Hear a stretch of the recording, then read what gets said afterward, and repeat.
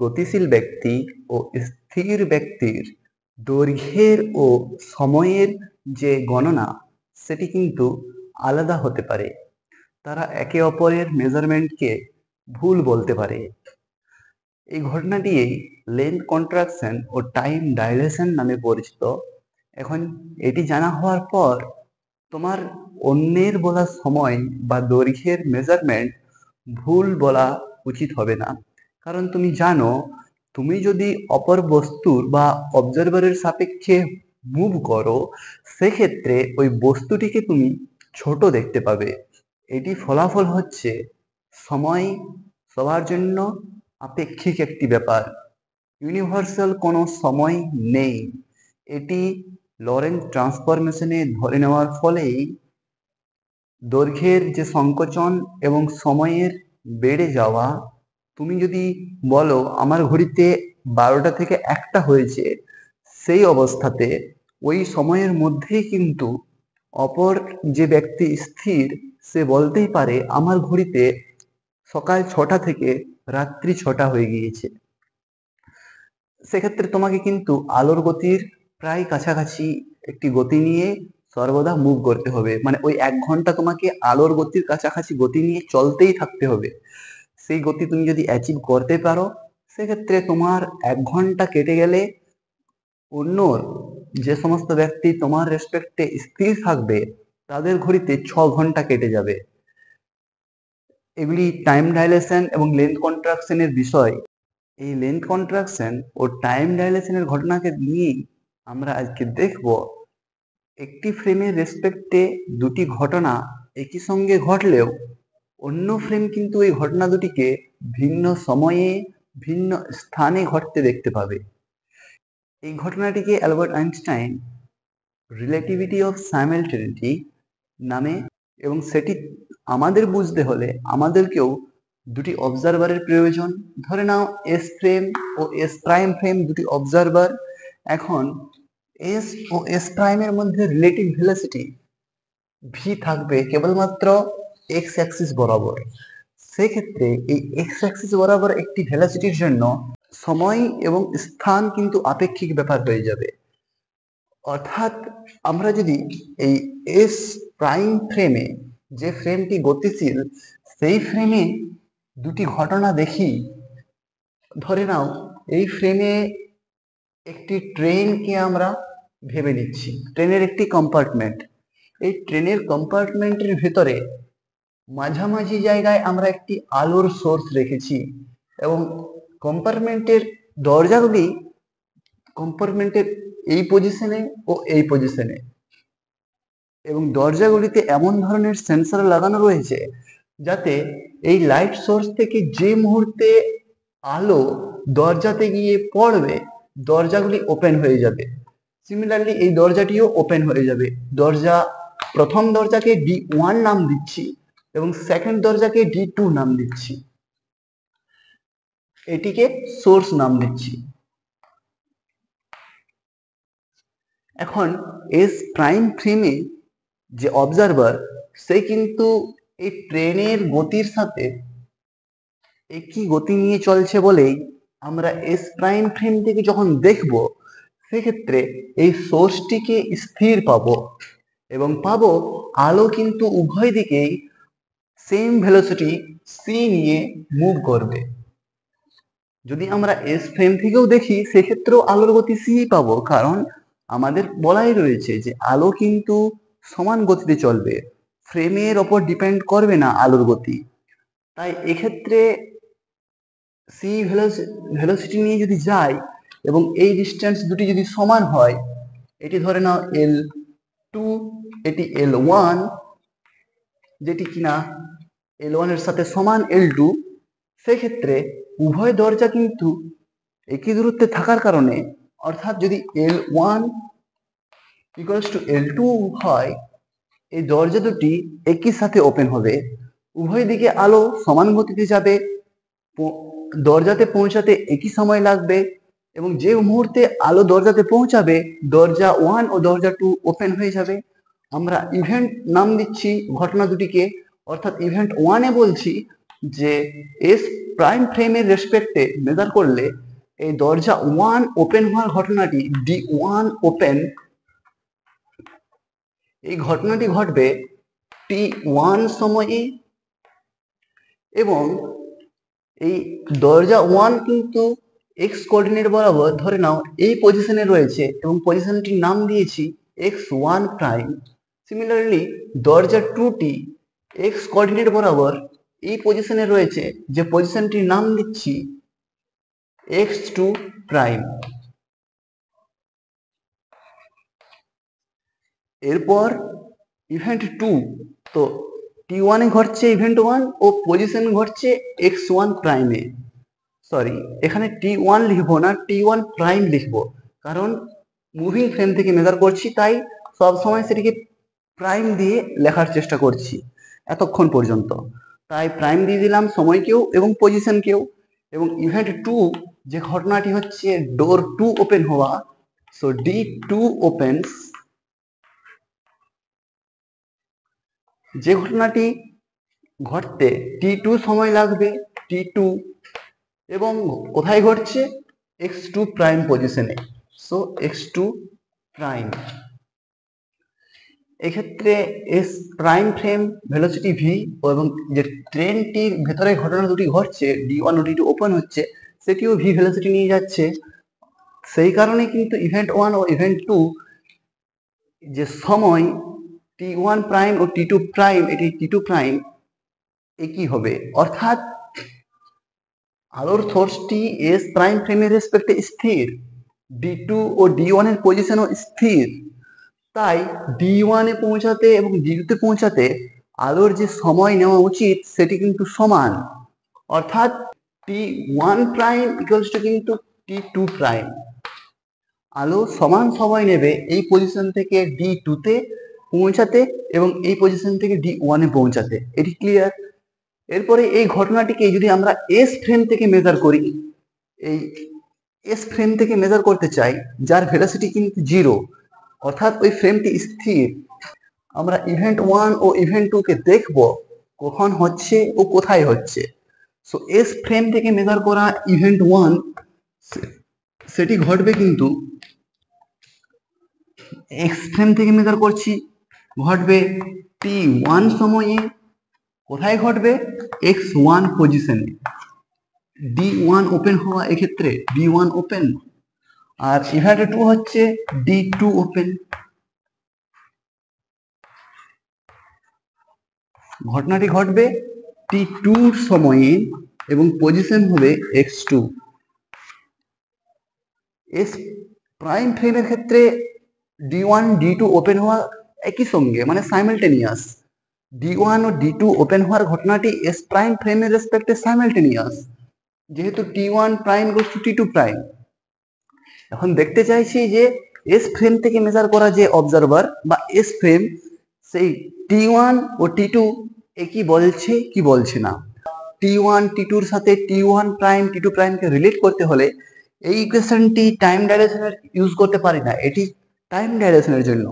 কিন্তু সময় কিভাবে এই ফ্রেমের সাথে ওই ফ্রেমের রিলেটেড সেটি কিন্তু এই ইকুয়েশনটি বলে, যে T prime equals to gamma T minus X, মানে position measurement in S frame into velocity, S ফ্রেমের velocity divided by C square, এইভাবে রিলেটেড। এটি মুভিং ফ্রেমের মেজার করার সময় সেটি নন মুভিং ফ্রেমের সাথে এইভাবে রিলেটেড। তাই এই ইকুয়েশনটি ইউজ করে আমি বলতেই পারি যে T1 ইকুয়ালস টু হবে গামা টাইমস T1 প্রাইম, এদিকে প্রাইম লিখেছি, এটিকে ইনভার্স করলে আমরা উল্টোটিও লিখতে পারতাম। সো এটি নিয়ে কাজ করছি। So gamma times T1 minus পজিশনের measurement x1 velocity v divided by C square. এরপর T2 প্রাইম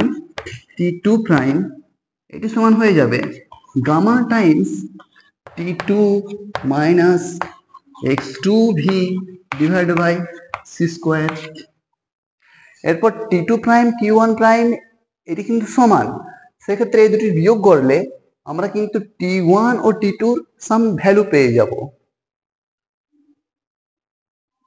অর্থাৎ এক্ষেত্রে T1 ও T2 বিয়োগ কিন্তু 0 হবে না। এক্ষেত্রে T1 ও T2 সমান হওয়াতে এই এস ফ্রেম থেকে T1 প্রাইম বা T2 prime minus T1 prime এটি কিন্তু 0, অর্থাৎ ঘটনা দুটি একই সঙ্গে ঘটছে বলে T1 মাইনাস T2 0, সময়ের কোনো পার্থক্য নেই, ঘটনা দুটি ঘটছে একই সময়ে। কিন্তু এই ইকুয়েশন দুটি ইউজ করে আমরা যদি T2 prime minus T1 prime এইটি তো 0, সেই 0 সঙ্গে ইকুয়েট করছি, এটিকে 0 বলে দিচ্ছি, ইকুয়েট করছি এই টার্মটি, গামাকে কমন নিতে হবে এবং T2 minus T1 T2 minus T1 আবার রয়েছে মাইনাস এখানে x2v এখানে x1v নিচে c স্কয়ার উভয় ক্ষেত্রে, তাই v by c square common নিয়ে আমরা x2 মাইনাস x1 লিখতে পারি। এই ইকুয়েশনটি ইউজ করে আমরা দেখতে পাবো যে T2 minus T1 not equals to 0।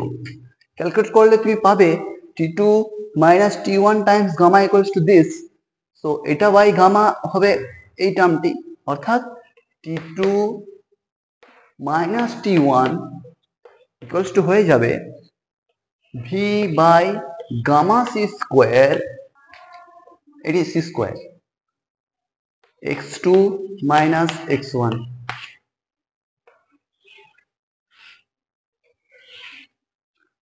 অর্থাৎ T2 প্রাইম ও T1 প্রাইমের মধ্যে কোনো সময়ের ডিফারেন্স নেই, কিন্তু এস ফ্রেম থেকে মেজার করলে ঘটনা দুটির মধ্যে সময়ের ডিফারেন্স আমরা পেয়ে যাচ্ছি। অর্থাৎ এস প্রাইম ফ্রেম থেকে ঘটনা দুটি সাইমেলটেনিয়াস, কিন্তু এস ফ্রেম থেকে কিন্তু সে ঘটনা দুটি সাইমেলটেনিয়াস নয়। মুভিং ফ্রেম এস প্রাইম, সেই ফ্রেম থেকে মেজার করলে D1 ও D2 একই সময় ওপেন হচ্ছে, কিন্তু এস ফ্রেম বলবে না, তাদের মধ্যে সময় ডিফারেন্স রয়েছে। কি পরিমাণ? এই পরিমাণ। এবং এই ইকুয়েশনটি থেকে আমরা বলতে পারি x2 মাইনাস x1 কিন্তু সবসময় একটি পজিটিভ কোয়ান্টিটি, কারণ এস ফ্রেম তো মেজার করবে x2 ডান দিকে এবং x1 থাকবে সবসময় বাঁ দিকে। এই ট্রেনটি মুভ করলেও এই D2 এবং D1 সেটি কিন্তু ফ্লিপ হয়ে যাবে না, মানে D2 কিন্তু ডান দিকেই থাকবে, D1 ওদিকেই থাকবে, তাই D2 এর পজিশন কিন্তু বড় হবে এস ফ্রেম থেকে। এস ফ্রেম থেকে D2 এর পজিশন মেজারমেন্ট যদি x2 হয়, সেক্ষেত্রে x2 বড় হবে x1 এর থেকে, তাই যখন x2 মাইনাস x1 করব এটি আমাদের পজিটিভ কোয়ান্টিটি দেবে। অর্থাৎ T2 মাইনাস T1, যেহেতু গামাও কোনো ম্যাটার করছে না, গামার ভিতরে যে ভি সেটি স্কোয়ার হয়ে যাচ্ছে এবং এই ভিটি পজিটিভ ডান দিকে যাচ্ছে, তাই যখন T2 মাইনাস T1 নেব, T2 মাইনাস T1 সেটি কিন্তু একটি পজিটিভ কোয়ান্টিটি হবে। অর্থাৎ T2 বড় হবে, T1 ছোট হবে, তার মানে এস ফ্রেম থেকে মেজার করা T2 সেটি কিন্তু এহেড অফ টাইম, মানে সময়ের পর T1 যা হবে তারপর কিন্তু T2 এর ভ্যালু আমরা পাবো। মানে T1 যদি 1 ঘন্টা হয়, T2 কিন্তু 2 ঘন্টা হতে হবে, তবেই কিন্তু এর টাইম ডিফারেন্সটা পজিটিভ পাবো। সেক্ষেত্রে আমরা বলে দিচ্ছি যে T1 1 ঘন্টাতে মেজার করেছি, তার মানে D1 আমরা প্রথমে ওপেন হতে দেখতে পাচ্ছি, তার মানে আমরা বলে দিচ্ছি যে D1 কিন্তু প্রথমে ওপেন হচ্ছে, কারণ 1 ঘন্টা 2 ঘন্টার থেকে ছোট। অর্থাৎ T1 যেহেতু D1 এর মেজারমেন্ট এস ফ্রেম থেকে সময়, তাই D1 কিন্তু আগেই ওপেন হয়ে যাবে এবং D2 এর জন্য সময় হচ্ছে T2 এবং সেটি কিন্তু 1 এর থেকে বড় হতে হবে, তবেই কিন্তু এটি পজিটিভ কোয়ান্টিটি, তো এটি 2 ঘন্টা। সেক্ষেত্রে তুমি দেখবে প্রথমে D1 ওপেন হবে, কারণ D1 এর জন্য T1 সময় মেজারমেন্ট, এবং তারপরে D2 ওপেন হবে, কারণ T2 এর জন্য সময় হচ্ছে 2 ঘন্টা। অর্থাৎ এখান থেকে ভিজুয়ালাইজ করলে তুমি বুঝতে পারবে, যেহেতু আলো তো স্থির রয়েছে, আলোর সোর্সটি, এবং এই ট্রেনটি এদিকে মুভ করার কারণে D2 কিন্তু আলোর সোর্স থেকে দূরে চলে যাচ্ছে, কারণ এস ফ্রেম থেকেও যা আলোর গতি সেটি সি, কারণ এস ফ্রেমও আলোর যে গতি বলবে সেটি কিন্তু সি, তাই সি তো আলোর গতি থাকবেই। সেই কারণে D2 যদি ডান দিকে সরে যায় এবং সি একই কনস্ট্যান্ট থাকে, সেক্ষেত্রে এই আলো D2 কে পৌঁছানোর জন্য এস ফ্রেম থেকে একটু বেশি সময় নেবে। মানে D2 কিন্তু এখানে থাকবে না, এস ফ্রেম থেকে মেজার করলে D2 কিন্তু ডান দিকে সরে যাবে, এটি হয়ে যাবে D2, এবং D1 কিন্তু কাছে চলে আসবে, এটি D1 হয়ে যাবে। সেই কারণে যেহেতু D1 এখানে চলে আসবে এবং D2 ধরে নাও এখানে চলে আসবে, এত দূর যাবে না, সো আলোকে এখান থেকে এইটুকু ডিস্টেন্স কভার করতে কম সময় লাগবে, অর্থাৎ এটিকে আমরা বললাম 1 আওয়ার, এবং এটিকে কিন্তু বেশি সময় লাগবে, এটিকে বললাম 2 আওয়ার। তাই D1 আগে ওপেন হয়ে যাবে, কারণ আলো যে মুহূর্তে D1 এ পৌঁছাবে সেই মুহূর্তেই ওপেন হয়ে যাবে।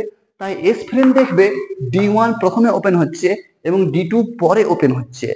সিমিলারলি যদি এই এস প্রাইম ফ্রেম এদিকে মুভ করতো, মানে এখান থেকে এদিকে মুভ করতো, সেক্ষেত্রে আলো প্রথমে D2 তে পৌঁছাতো, কারণ D2 টি কিন্তু সোর্সের থেকে কাছে চলে আসছে, এবং ইকুয়েশনটিও কিন্তু উল্টো হয়ে যেত, এবং আমরা পেতাম যে এস প্রাইম ফ্রেম বলতো যে D1 D2 কিন্তু একই সঙ্গে ওপেন হচ্ছে, এবং এস ফ্রেম বলতো যে D2 প্রথমে ওপেন হচ্ছে, D1 পরে ওপেন হচ্ছে। এক্ষেত্রে যেহেতু T2 বড়, অর্থাৎ T2 কে পরের মেজারমেন্ট, বড় মানে কি সময় আমরা আগে দেখছি, এবং কম তার মানে আমরা স্লো দেখছি। অর্থাৎ যদি একটি ঘড়ি মেজারমেন্ট করা হয়, সেক্ষেত্রে যখন 12টা বাজবে বা 3টা বাজবে, সে সময় কিন্তু এস ফ্রেম বলবে আমি ধরে নাও D1 কে ওপেন হতে দেখলাম, D1 কে ওপেন হতে দেখলাম 3টের সময়, সেক্ষেত্রে কিন্তু D2 ওপেন হবে এস ফ্রেম থেকে 4টার সময়। হ্যাঁ, 4টার সময় হতেই হবে, তবেই কি না এই T2 টি বড় দেন T1, এটি T1 মেজারমেন্ট, এটি T2 মেজারমেন্ট এস ফ্রেম থেকে, তাই T2 কিন্তু সময়ের আগে এবং পেছনে হচ্ছে T1। অর্থাৎ এক্ষেত্রে এস ফ্রেম বলবে, আমাদের যে সিনারিওটি রয়েছে সেক্ষেত্রে এস ফ্রেম বলবে আমি দেখব যেহেতু এদিকে মুভ করছে, তাই D1 কিন্তু প্রথমে খুলবে, D1 ওপেন্স ফার্স্ট, দেন ওপেন্স D2। এটি এস ফ্রেম থেকে মেজার করা দুটি ইভেন্ট, যেটি কিন্তু আর সাইমেলটেনিয়াস নয়, কিন্তু এস প্রাইম ফ্রেম থেকে ঘটনা দুটি এখনো সাইমেলটেনিয়াস। D1 D2 একই সঙ্গে ওপেন হবে, কারণ T2 prime minus T1 prime equals to 0, কিন্তু এক্ষেত্রে T2 মাইনাস T1 0 হচ্ছে না, তাই সাইমেলটেনিটি ব্যাপারটিও কিন্তু রিলেটিভ হয়ে যাচ্ছে, এবং এটি আইনস্টাইন হেডিং দিয়ে রিলেটিভিটি অফ সাইমেলটেনিটি বলে ব্যাখ্যা করেছিলেন, তাকেই বোঝানোর চেষ্টা করলাম। যদি একটু হেল্পফুল মনে হয় অবশ্যই ভিডিওতে লাইক করবে এবং চ্যানেলটি সাবস্ক্রাইব করে নোটিফিকেশন বেল অন করে দিও, যাতে আগামী ভিডিওগুলির নোটিফিকেশন তোমার কাছে পৌঁছে যায় এবং কোনো কিছু মিস না হয়ে যায়। Thank you.